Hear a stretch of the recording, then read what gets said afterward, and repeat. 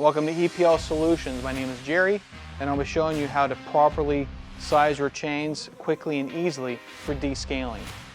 First thing first, make sure you have yourself a clean tape measure that's easy to handle. You need an Allen wrench, and you need to make sure you have all your set screws on your chains before you decide to put them down the pipe. Now, when you're sizing your chains, make sure that the shaft collars are lined up so that this welded chain link is in the same orientation as the front chain link. Now, you're going to measure the hang distance of that bottom chain link. I want to do exactly 4 inches first, so I'm going to measure 2 inches in the middle, and in this particular space where I have a red line, so I'm going to use that red line. I'm going to measure exactly 4 inches on that bottom hang. You see that? Now, when I'm descaling, sometimes I want to go just below the size of that pipe, so 3.8 inches or 3 3/4 inches, not exactly 4 inches. So I'm going to move that back shaft collar back just 1/8 of an inch or 1/4 of an inch. So I'm just under 4 inches for that descale. So I'm going to remove maybe 90 to 95% of that scale. And then I'm going to hold that in place and tighten the shaft collar. Make sure those are nice and snug. Now, I do recommend using blue Loctite. If you're going to be putting this down a pipe and you want to be able to quickly and easily remove these every time without these getting stripped out, then putting on blue Loctite, thread locker, is highly recommended. Make sure everything is tight.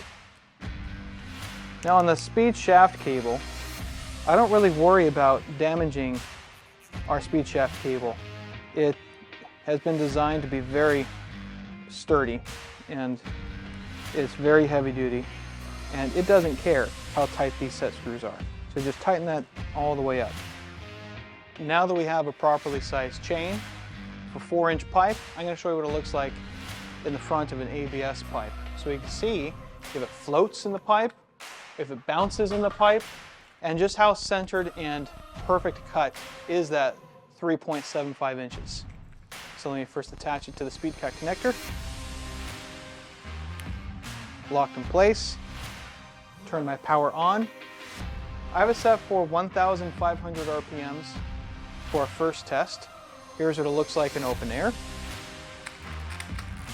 A little bit of recoil, since I only have about 5 feet pulled out. But here's what it looks like inside of a piece of pipe at 1,500 RPMs. Notice how the chains are somewhat destabilized and they're shaping down and up. They're mostly going to 3 3/4 inches where we set them to, but they're still shrinking and expanding at this RPM range.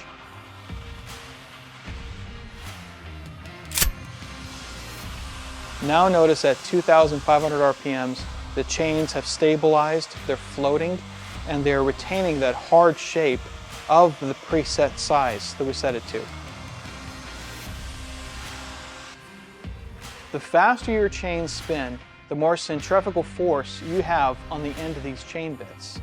So it is very important that you size the chains appropriately and set the speed to retain that shape.